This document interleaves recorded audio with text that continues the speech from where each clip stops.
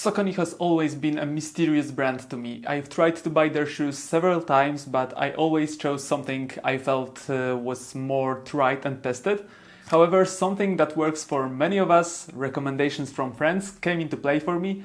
During one of my running crew events, I saw a few people wearing the Saucony Endorphin Speed 3 shoes.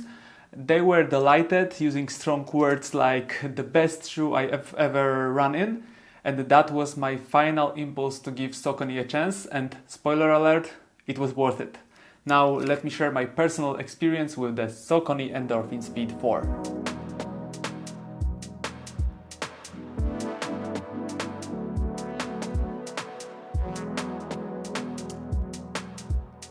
Hi, I'm Michał, an amateur runner who is deeply into running shoes. On this channel I review gear and shoes and discuss various running related topics. If this interests you, subscribe and comment, it really helps me reach new people. Thanks! Before I get into my running impressions with the Speed shoes, I need to note that I bought these shoes for this review myself. No one has influenced the opinions presented here and has seen this material before you. Let's go!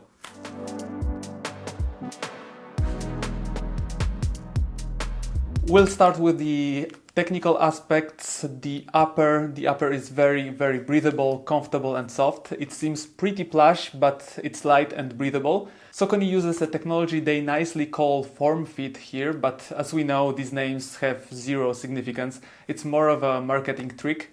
There are a lot of holes in the front, providing excellent airflow.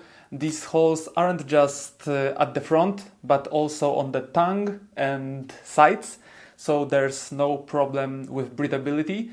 It's a bit different if it rains. The upper absorbs water quickly, but also dries quickly, so that's quite good. It's an excellent option for summer because the upper works well in high temperatures. Regarding the heel counter, it's slightly reinforced. I can press this bit, but there's resistance. The lower part is tough, you can even hear it if you tap it, so the heel holds very well here.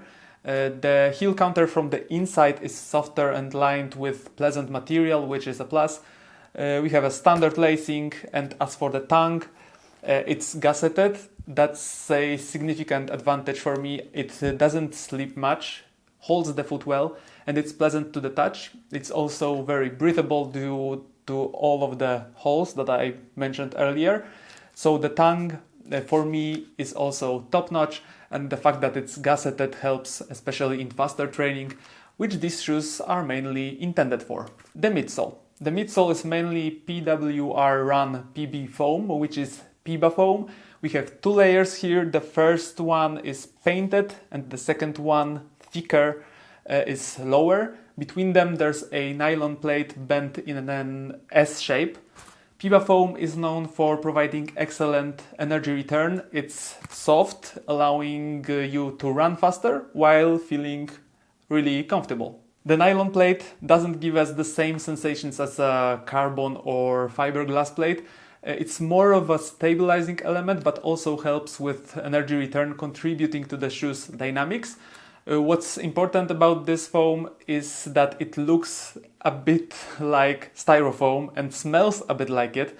When I opened the box with these shoes, the first thing that hit me was the smell of artificial material, styrofoam. And even though these shoes have over 150 kilometers on them, the scent is still here, so don't be scared if you get these shoes. It's normal, the foam smells and looks like styrofoam. That's just it. This also made me worry about its durability, but we'll talk about durability later. For now, I'll just say that there's not much to worry about. The Saucony Endorphin Speed has an 8mm drop. Under the heel there's 36mm of foam, and under the forefoot there's 28mm, so quite a lot, but it's not a massive amount of cushioning. It's, I would say, medium cushioning by today's standards. We would have said these shoes were very cushioned in the past, but now they have medium cushioning. The outsole is covered with XT900 rubber. The entire midfoot is covered with two strips at the back under the heel. The rest is just exposed PWRRun PB foam. There's also a window through which you can see the nylon plate. I was worried about these exposed parts wearing out quickly during running, but after 150 kilometers, there are no significant signs of wear. I have one small tear under the Saucony logo here, but that's because a piece of glass got stuck in it from the asphalt. Most shoes actually wouldn't handle that well, so it's not a big deal. As for the rubber itself, it's slightly worn in the spots where I usually land, so here and here, but it's just slightly, so I won't really complain. Is the rubber grippy? On dry asphalt it holds very well. It's worse on wet asphalt or in the rain, where I did experience some slipping, especially noticeable during a 10k race that I did. So keep in mind that this rubber performs just moderately in wet conditions. The size 45 EU shoe weighs 261 grams, which is quite a good result for tempo shoe that can also be used for daily training.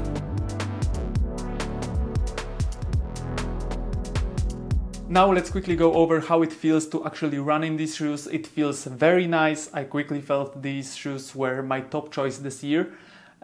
Even though they are meant for faster training, I found all types of training enjoyable in these shoes. They were very comfortable on easy runs, although sometimes I felt like running faster, but those training sessions were simply pleasant. And when it was time to speed up, whether in tempo runs or intervals, these shoes performed fantastically. You can accelerate without much pain and maintain that pace. The energy return is definitely noticeable, even at moderate paces. For me, around 4:30–4:40 minutes per kilometer, my half marathon pace, I felt these shoes were helping.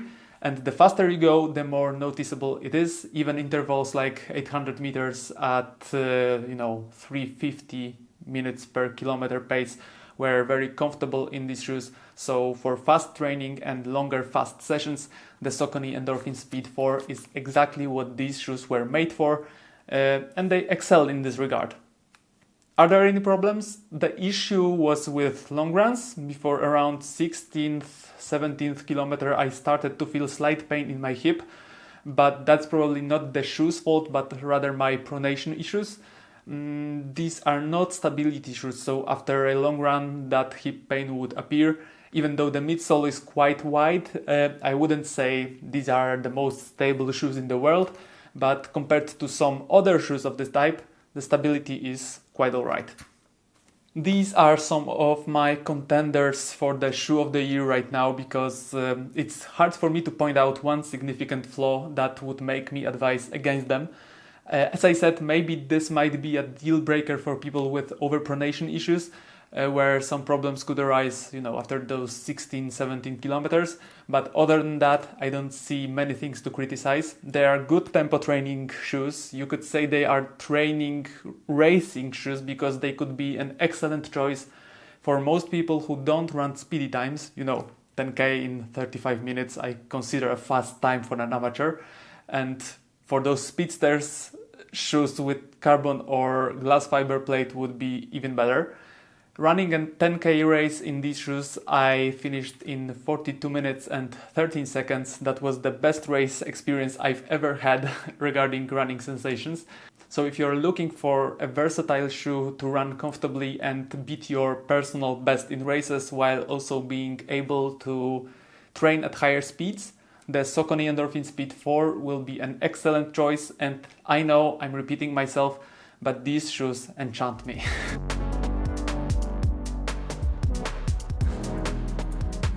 Alright, time for a quick summary. The Saucony Endorphin Speed 4 is a fantastic tempo shoe that can also be a great training shoe for many. They are light, dynamic and cushioned enough that easy runs are just as enjoyable as fast ones. They will be an ideal choice for those training for a half marathon and shorter distances. Here the Endorphin Speed 4 will perform well both in training and on race day.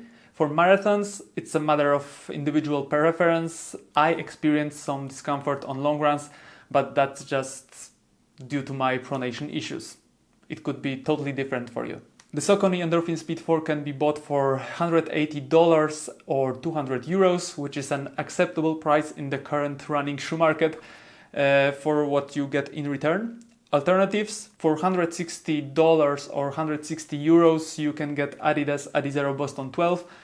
Also versatile shoe, but better suited for easy runs and a bit worse for the fast ones. $160 or €170 you can also check out Puma Deviate Nitro 3.